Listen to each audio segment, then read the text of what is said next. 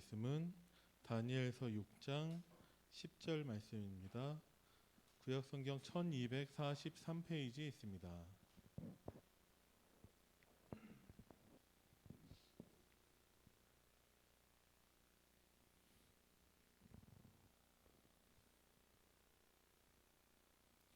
다니엘서 6장 10절 우리 천천히 합독합니다. 다니엘이 이 조서에 왕의 도장이 찍힌 것을 알고도 자기 집에 돌아가서는 윗방에 올라가 예루살렘으로 향한 창문을 열고 전에 하던 대로 하루 3번씩 무릎을 꿇고 기도하며 그의 하나님께 감사하였더라. 아멘.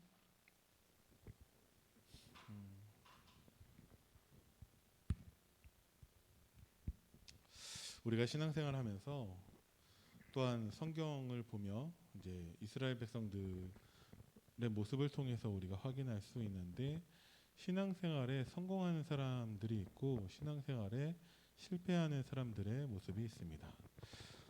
지금 본문인 다니엘서인 경우 이스라엘 백성들이 포로로 끌려간 그 배경에서 말씀이 이제 진행되고 있습니다.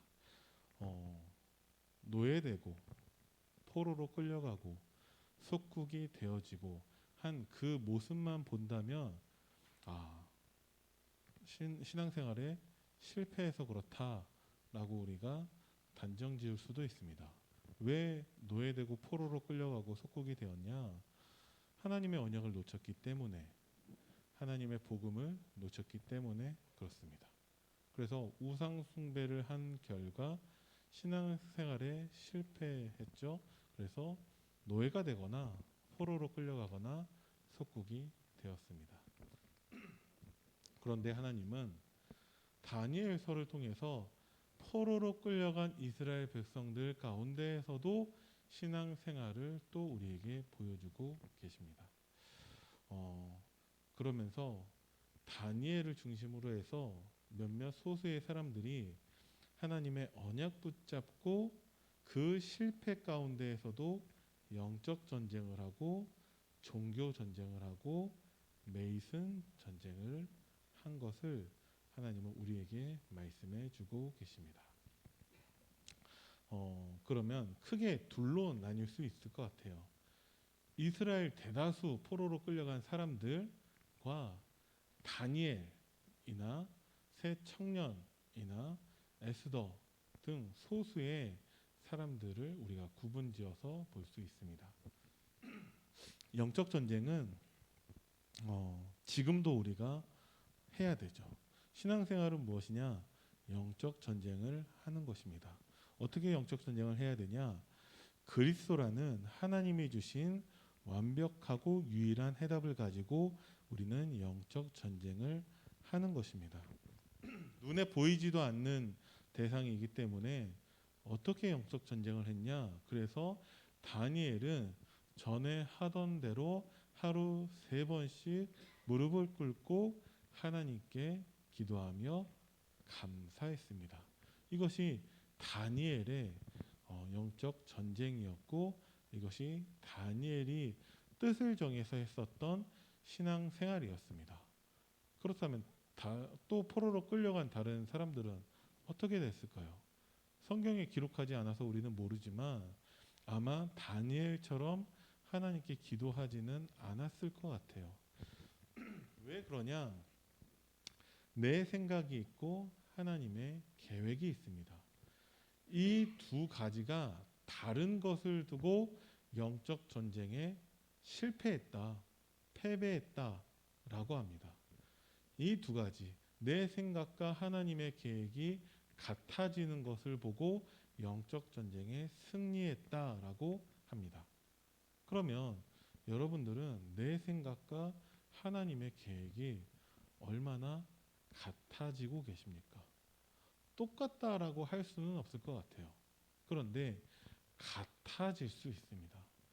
렘넌트들마다 성경을 통해서 우리에게 보여지는 것이 그들의 생각이 하나님의 계획과 같다라는 거예요.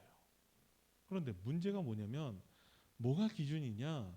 내 생각이 기준이 돼서 하나님의 계획을 맞추는 것이 아니라 하나님의 계획이 기준되어서 내 생각을 바꿔야죠. 모세가 하나님께서 처음으로 호렙산에서 부르셨을 때 하나님이 하나님의 계획을 말씀해 주고 계십니다. 내가 이스라엘 백성들의 고통하는 소리를 들었기 때문에 이제 내가 그들을 구원할 건데 네가 가서 그들을 구원해라. 하나님, 내가 누구이간데 내가 어떻게 바로왕 앞에 가며 내가 어떻게 이스라엘 백성들을 출애굽시킵니까? 하나님의 계획과 모세의 생각이 다르죠. 그런데 하나님의 계획을 기준으로 해서 모세의 생각을 하나님이 바꿔버립니다. 그죠? 네. 성경에서 모든 영적인 전쟁은 그렇게 시작해요. 하나님은 말씀을 통해서 하나님의 계획을 우리에게 알게 하시고 깨닫게 하시고 우리의 생각을 바꾸게 하시죠. 그렇게 하나님의 영적 전쟁이 시작됩니다.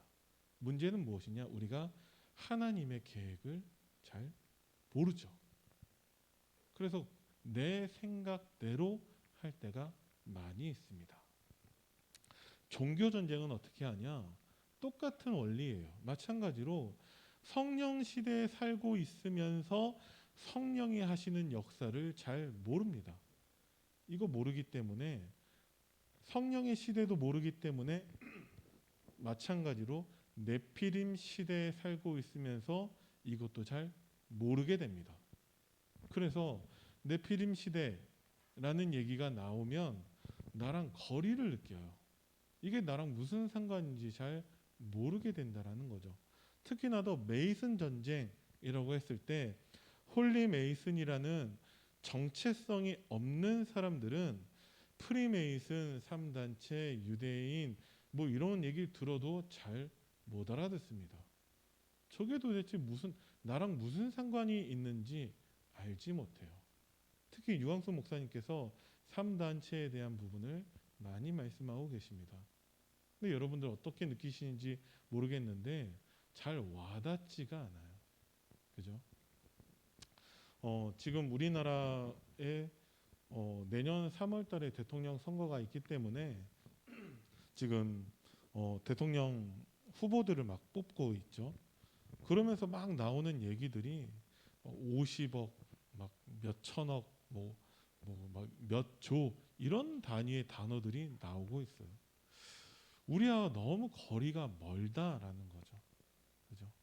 그러다 보니까 그런 눈에 보이는 현상, 사건들도 멀게 느껴지는데 눈에 보이지 않는 이런 영적 전쟁, 종교 전쟁, 네이슨 전쟁 등이 우리에게 와닿지가 않는 거예요.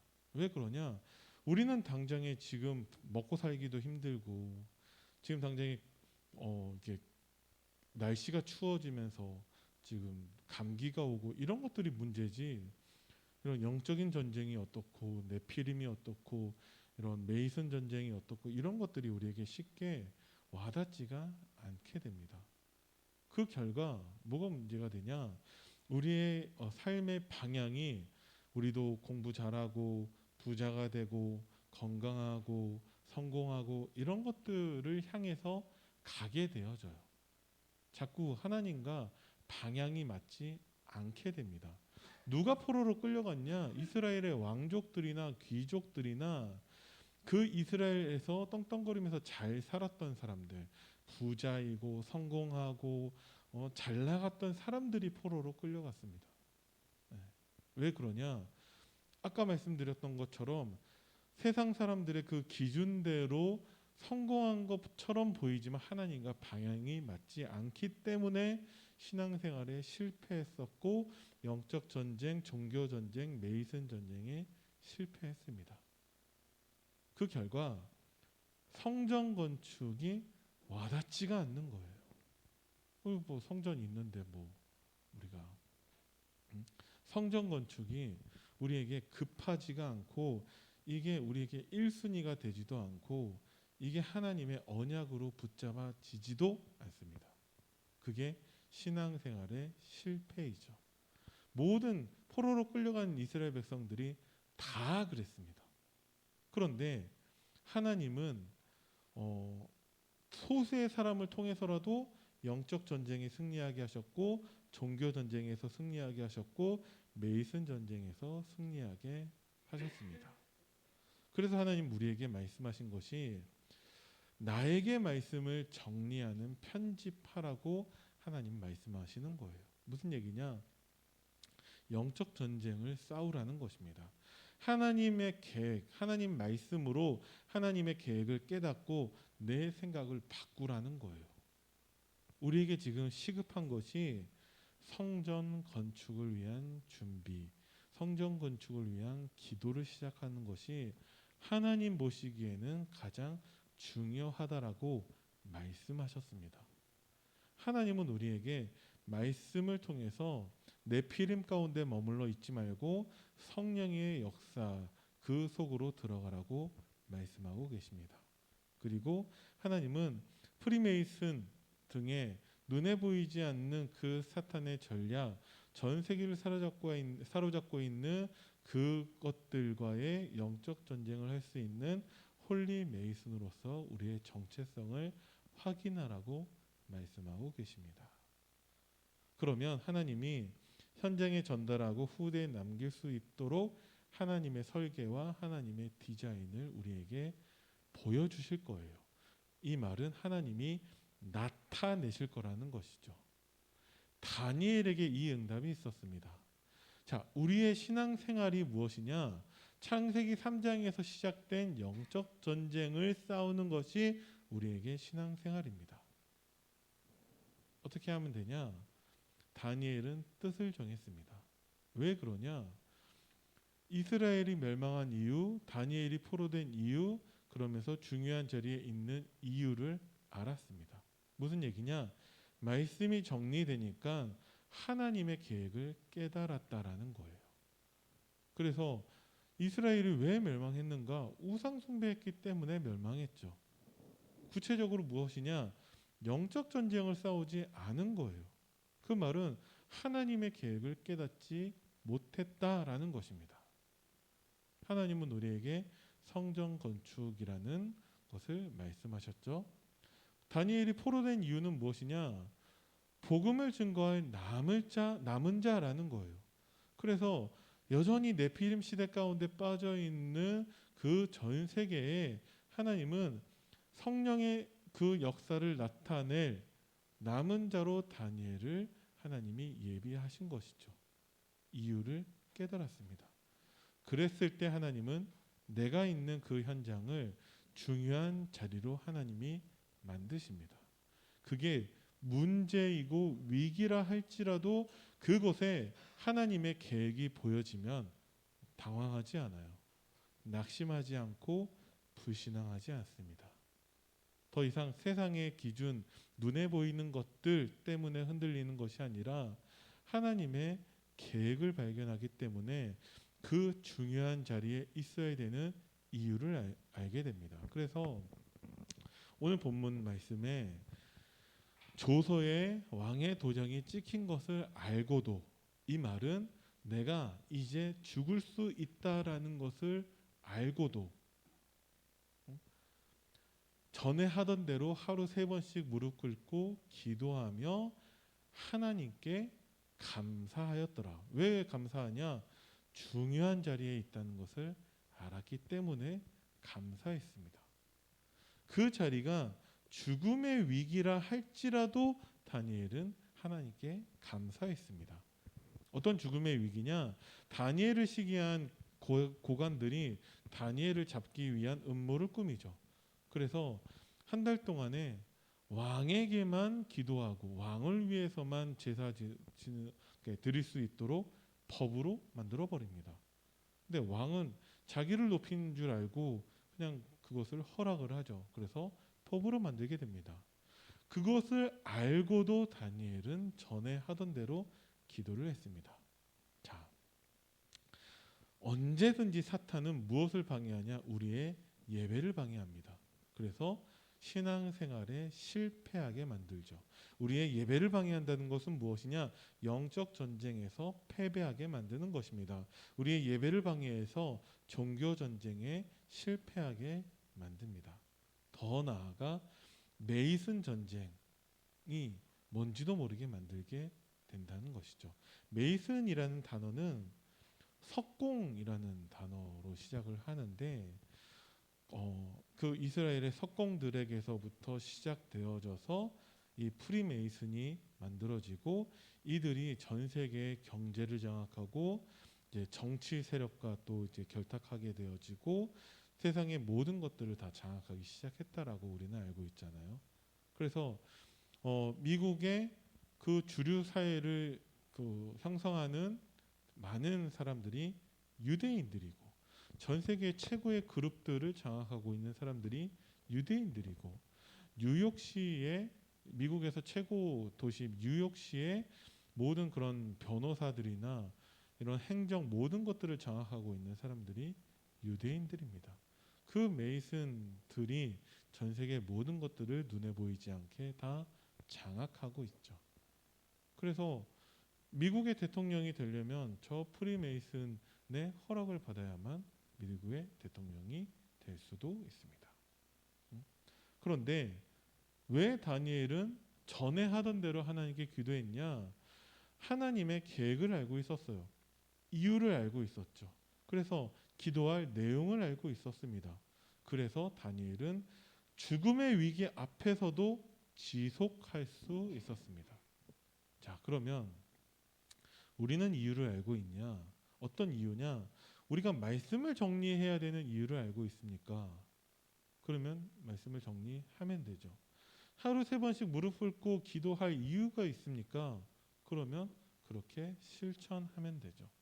우리가 강단 말씀에서 목사님을 통해서 하나님이 우리에게 성전 건축이라는 것을 말씀하셨는데 이게 진짜 하나님의 계획이 맞다면 우리가 내 삶을 여기에 올인할 이유가 되어지죠. 그러면 하나님이 우리에게 그리스도의 내용을 알게 하셨으니까 우리는 내 힘이 아닌 하나님의 성령의 역사로 그것을 지속할 수 있습니다.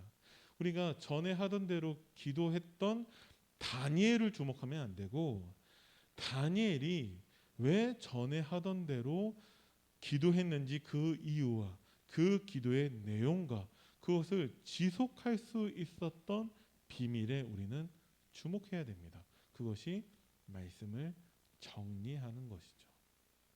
여러분들이 이번 주 강단 말씀을 정리해 보시기 바랍니다. 뭐가 정리냐?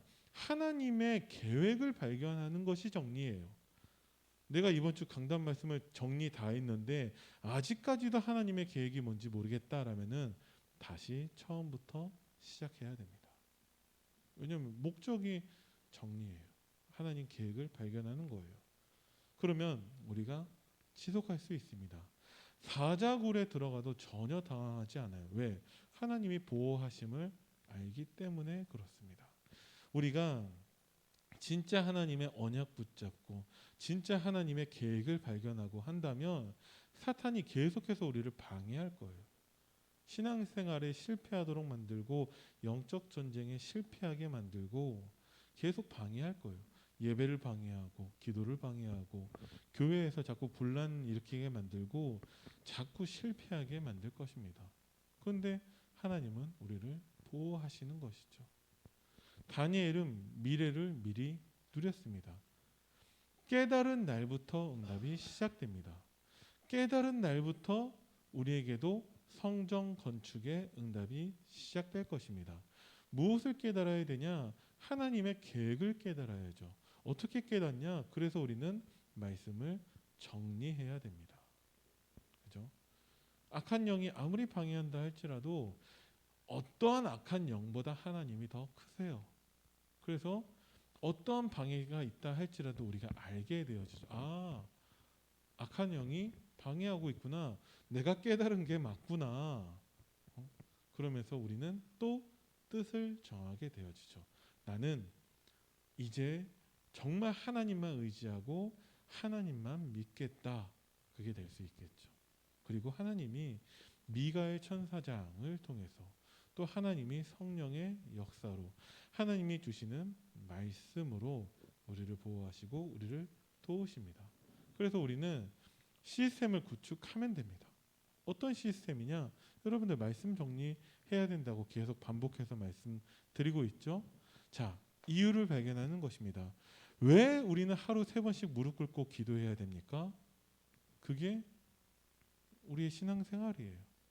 그게 우리의 영적 전쟁이에요. 말씀 정리된 사람은 하루 3번씩 무릎 꿇고 하나님께 기도합니다. 그죠? 그러면 하루 3번씩 무릎 꿇고 우리는 무엇을 기도해야 됩니까? 맨 마지막으로 우리가 성전 건축 놓고 기도하게 될 거예요. 그죠? 무엇을 놓고 기도해야 됩니까? 하나님 말씀이 정리되게 기도하시면 됩니다. 무엇을 놓고 기도하시면 됩니까? 하나님 내가 영적 전쟁을 싸우게 해달라고 기도하시면 됩니다. 무엇을 놓고 기도합니까? 하나님 나에게 정말 하나님의 계획이 발견되게 해달라고 기도하시면 됩니다. 무엇을 놓고 기도하냐? 강단 말씀 놓고 여러분들이 기도하시면 됩니다. 그러면 어떻게 해야 됩니까? 우리가 하루 3번씩 무릎 꿇고 기도해서 하나님 우리가 어떤 응답을 누릴 수 있습니까? 성전 건축의 응답을 누리게 될 것입니다. 그것을 통해서 정말 우리 렘넌트를 홀리 메이슨으로 우리가 키울 수 있어요. 성전 건축을 통해서 우리는 성령 시대를 누릴 수 있습니다. 성전 건축을 통해서 하나님의 계획을 발견할 수 있어요. 성전 건축은 건물 짓자라는 내용이 아니에요. 하나님이 건물이 없어가지고 다윗을 통해서 성전을 건축하게 하신 게 아니에요. 하나님이 아무것도 없이 돌아온 이스라엘 백성들에게 갑자기 성전을 건축하게 하신 이유가 건물이 없어서가 아닙니다. 성전 건축을 통해서 하나님은 우리에게 홀리 메이슨을 깨닫게 하시는 거예요. 하나님 성령 시대, 이제 드디어 하나님은 성령의 역사가 나타나는 것을 우리에게 확인케 하시는 것입니다. 그래서 여러분들이 강단 말씀을 통해서 나온 하나님의 말씀, 그 내용을 나의 언약으로 붙잡으셔야 돼요. 그때까지 우리는 계속 말씀을 정리해야 됩니다. 도저히 안 되겠다. 도저히 성전 건축은 내 생각에 이거는 도저히 아니다. 내 생각이죠. 그러니까 하나님 계획을 기준으로 내 생각을 바꾸셔야 됩니다. 이스라엘 백성들이 아무것도 없었을 때 하나님은 성전 건축을 하게 하셨어요. 출애굽해서 아무것도 없었을 때 하나님은 성막을 건축하게 하셨습니다. 그것을 통해서 하나님의 성령의 역사를 나타내기를 원하시는 것이죠. 내 생각을 버리고 하나님의 계획을 발견하셔야 됩니다. 그러면 실천할 것이 보여지게 돼요. 당장에 하루 3번씩 무릎 꿇고 기도하는 것입니다. 우리는 무엇을 실천해야 되냐? 하나님 말씀을 정리하시는 것입니다. 그래서 우리는 계속 하나님 말씀에 집중하는 것이죠. 그리고 성전 건축을 위해서 우리가 하나씩 하나씩 우리가 할 수 있는 것부터 실제로 시작하는 것입니다. 그죠? 그러면 하나님이 다니엘서 12장 3절에 이 응답을 주실 거예요. 많은 사람들을 옳은 대로 인도하는 자. 그러면 이것은 전도하는 거 아니냐? 물론 맞습니다. 근데 여기 계시는 분들이 다 복음을 알고 계시는 분들이에요. 그런데 많은 사람들을 옳은 대로 인도하는 자, 하나님의 계획을 나의 언약으로 붙잡을 수 있도록 옳은 대로 인도하는 자는 별과 같이 영원히 빛나리라. 그래서 여러분들이 모든 성도님들이 하나님의 언약을 붙잡을 수 있도록 기도하시고 도와주셔야 됩니다. 그래서 말씀 붙잡고 포럼하셔야 돼요. 월요일날 집중훈련을 통해서 우리가 받은 말씀 가운데 여러분들 꼭 보시기 바랍니다. 그 말씀에서 큰 교회라고 해서 시끄럽고 작은 교회라고 해서 조용한 게 아니다라고 하셨어요. 교회는 조용해야 된다고. 어떻게 하면 조용할 수 있냐? 교회에서 강단 말씀만 나오면 된다라고 하셨습니다. 그래서 모든 성도가 강단 말씀을 붙잡는 그 교회화를 말씀을 하셨거든요. 그래서 모든 성도님들이 하나님 말씀을 정리해서 하나님의 계획을 발견하고 우리가 진짜 하나님의 소원을 두고 기도할 수 있다면 그 사람은 하늘의 별과 같이 영원히 빛날 것입니다. 이것을 위해서 내가 할 수 있는 것부터 시작하시면 돼요. 하루 3번씩 무릎 꿇고 기도하시면 됩니다. 내가 말씀을 정리하면 됩니다. 성전 건축을 두고 기도하시면 됩니다. 신앙생활에 실패하는 사람의 특징은 제가 지금 방금 말씀드렸던 것 딱 반대로만 해요. 하루 3번씩 무릎 꿇고 기도하지 않습니다. 왜? 신앙생활에 실패한 사람이니까. 말씀 정리하지 않습니다. 왜? 신앙생활에 실패한 사람이니까. 성전 건축 두고 절대 기도하지 않습니다. 그 사람이 신앙생활에 실패한 사람이에요. 그럼 어떻게 신앙생활을 성공할 수 있냐? 말씀 나온 그대로 실천하면 됩니다. 하루 3번씩 무릎 꿇고 기도하시면 되고요. 말씀을 정리하시면 되고요. 그리고 성전 건축을 두고 기도하시면 됩니다. 이게 다니엘이 정한 뜻이라는 것이죠. 여러분들도 강단 말씀 붙잡고 내가 기도하겠다라고 뜻만 정하면 됩니다. 깨달은 날부터 응답은 시작됩니다. 악한 영이 방해한다 할지라도 반드시 하나님의 언약은 성취됩니다. 그래서 우리 안디옥교회 모든 성도님들이 한 번도 빠짐없이 정말 우리가 성령 시대를 맞이하는 홀리 메이슨의 그 응답을 누리기를 간절히 기도합니다. 기도하겠습니다. 살아계신 하나님 은혜를 감사드립니다. 하나님의 말씀을 정리해서 말씀 나온 그대로 실천하고 순종하는 우리 안디옥교회 모든 성도님들 되게 하여 주옵소서. 내가 있는 현장에서 하루 3번씩 무릎을 꿇고 하나님께 기도하게 하시고 정말 우리가 하나님이 주신 언약 붙잡고 성전 건축을 놓고 우리가 함께 기도할 수 있도록 하나님이 은혜를 날마다 더하여 주옵소서. 감사를 드리며 우리 주 예수 그리스도 이름으로 기도드립니다. 아멘.